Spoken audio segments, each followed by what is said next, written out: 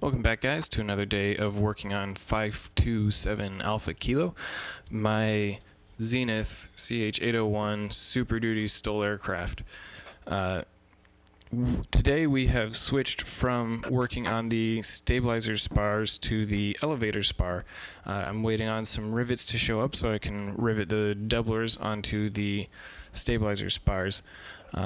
Something that was in a video that precedes this that I didn't that I haven't put on YouTube yet because it ends up with a lot of ranting.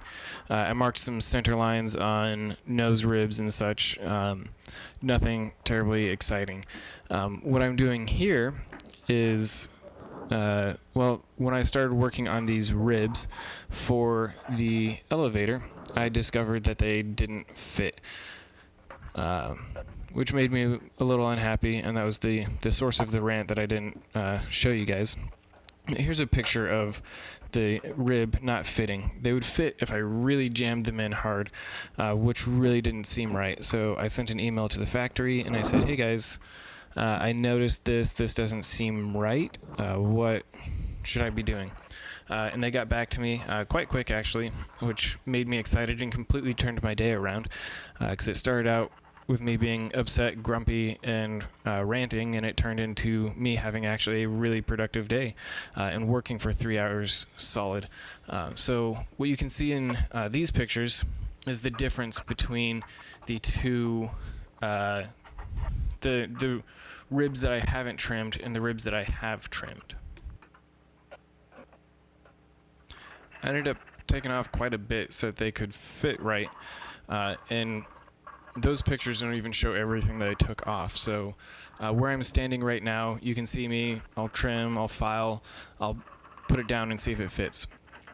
The spot that's right in front of me, the flanges are actually a tiny bit wider than on the ends of this spar. And so later this day or maybe the next day, and I don't have it on camera, I don't think, maybe it'll be in the next video, but later I end up taking all these ribs and trimming them down, filing them down even more so that they fit into the ends of the spar instead of just right here in front of me.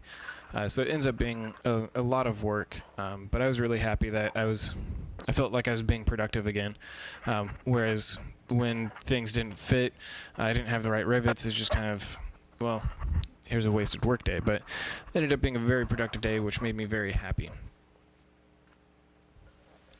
So the process that you'll see me do throughout this whole video, I take the rib, I set it down, and I twist it, so because it's not going to fit, so I kind of got to set it down where it's not in the right position.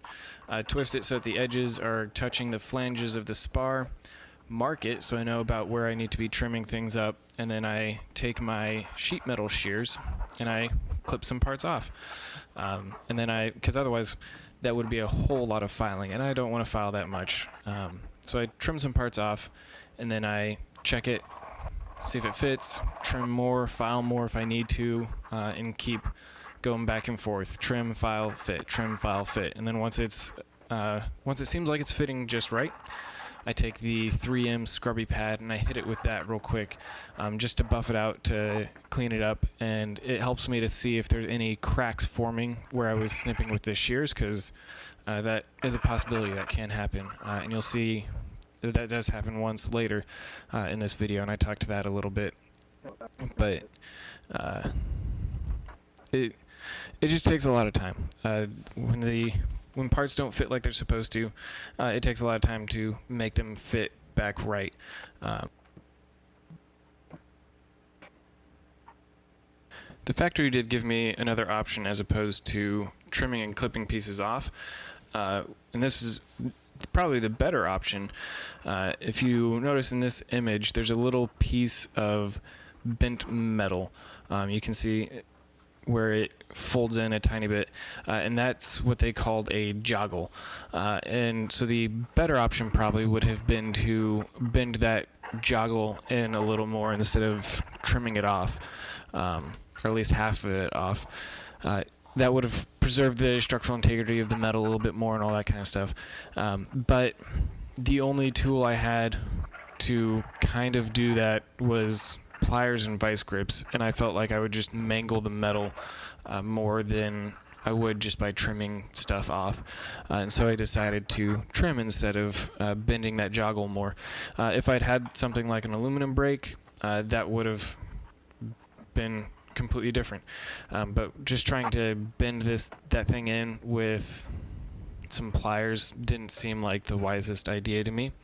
So I went ahead with trimming. Additional advantage, I have most certainly trimmed off at least a couple ounces for my plane, so it's going to be a little bit lighter. Yay. But yeah, this was a lot of work getting these ribs to fit. Hopefully they get the production line fixed a little bit so that these things fit on future kits.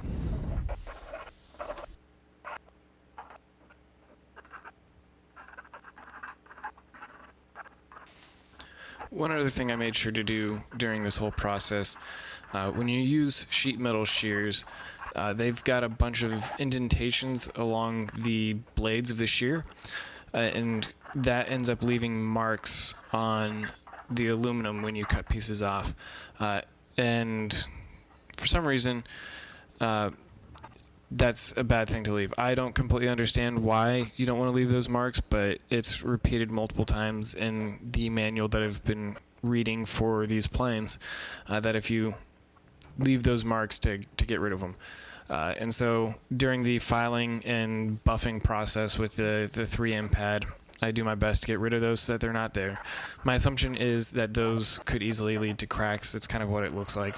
And so I get rid of them. I do my best at least.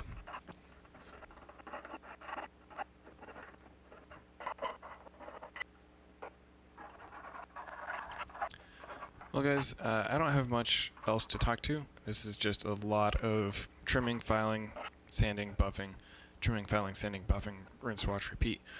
One thing I found amusing, Zenith puts out a construction standards manual where they talk about all of their recommended processes for building a plane and the standards that you need to meet, you know, how big holes can be, that kind of stuff.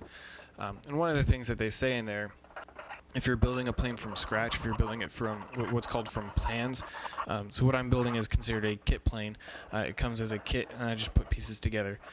You can build mini planes from plans where they just send you the plans for it, and then you have to acquire all of your own aluminum, you have to bend your own aluminum, and you do all the fabrication yourself. I do very little fabrication here. The factory does most of that for me. But one of the things that they mention in their construction standards, if you're building from plans and doing all your own fabrication, they make one comment of, you know, making sure pieces fit right, and then it says something along the lines of, if you have a spar that is just out of norms, just out of standards, it's much easier to remake the spar than to change all of your ribs to fit that spar. Well, since I don't have the proper tools and experience to fabricate parts, I didn't have the option to just remake the spar or remake the ribs. I just had to do what I could to make everything fit. And so I do a lot of that today. Lots of work. 3 hours. It was awesome. I really enjoyed it. I might sound like I'm complaining a little bit, but I felt like it was a really productive day, and it was great for me. If you guys stay tuned, there's a couple more minutes left in this video. If you stay tuned, I'll talk about one of the cracks that I accidentally make in one of these in my trimming process, and a couple other things. But thanks for joining, guys. Thanks for watching. Hopefully I will see you guys back here soon. Now I'm going to go work on my plane some more. See you guys later.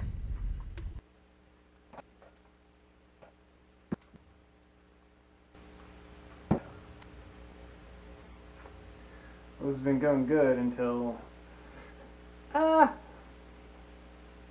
see if I can fix it. I'll probably just cut it a little deeper, cut a little more off than I usually do. Crack like that, no bueno.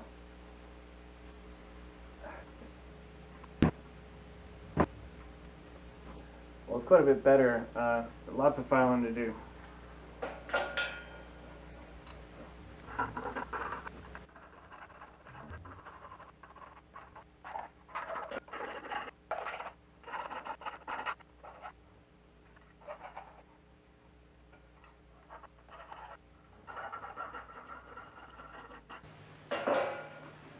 I did take off a lot more than usual, but I think it looks a whole lot better than when it had a crack in it. I've gotten greedy. I wanted to cut more than filing because cutting's a lot quicker and easier. That's what caused the crack. If I've any inkling to listen to bluegrass, Farewell Montebello by Revilons. It's French. Very good. One of my favorite songs.